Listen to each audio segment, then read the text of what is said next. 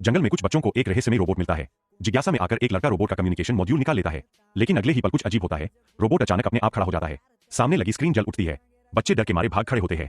हैरानी की बात यह थी कि रोबोट ने उनका पीछा नहीं किया। उसने बस अपना हाथ उठाया, जैसे किसी गहरी सोच में डूब गया हो। दरअसल उसी लड़के द्वारा मॉड्यूल निकालने की वजह से रोबोट में सोचने की क्षमता आ गई थी। अब वह जानना चाहता था कि वह खुद क्या है, इसलिए उसने बच्चों का पीछा करने और अपना मॉड्यूल वापस लेने का फैसला किया। उधर उसी समय 3 बिल्कुल एक जैसे रोबोट तय की गई जगह पर उतारे गए। वहां एक खाली बॉक्स होना चाहिए था, लेकिन वह ऑटोमेटिक हथियारों से भरा हुआ निकला। सिर्फ 3 कंट्रोलर ही सक्रिय थे। असल में अमेरिकी सेना इन रोबोट्स को असली युद्ध में टेस्ट करना चाहती थी और जंगल में मौजूद सशस्त्र लोग उनके टारगेट थे। ऑपरेशन की शुरुआत में ही गलती हो गई। नंबर 1, नंबर 2 और नंबर 3 ने पैराशूट सही से खोल लिया, लेकिन नंबर 4 का पैराशूट फेल हो गया और वह सीधे जंगल में गिर पड़ा। उसका कम्युनिकेशन मॉड्यूल पहले ही बच्चों या भालुओं द्वारा निकाल लिया गया था, इसलिए कंट्रोलर उसे कंट्रोल नहीं कर पाए। फिर भी पीछे बैठे अफसरों ने ऑपरेशन जारी रखने का आदेश दिया। जल्द ही तीनों रोबोट उस गांव में पहुंच गए जहां सशस्त्र लोग थे।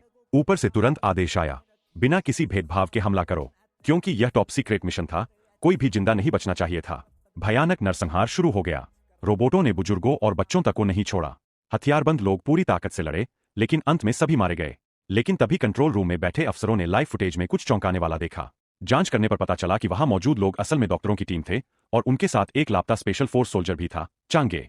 सच सामने आते ही राज छिपाने के लिए ऊपर से नया आदेश आया, चांगे को भी मार दो।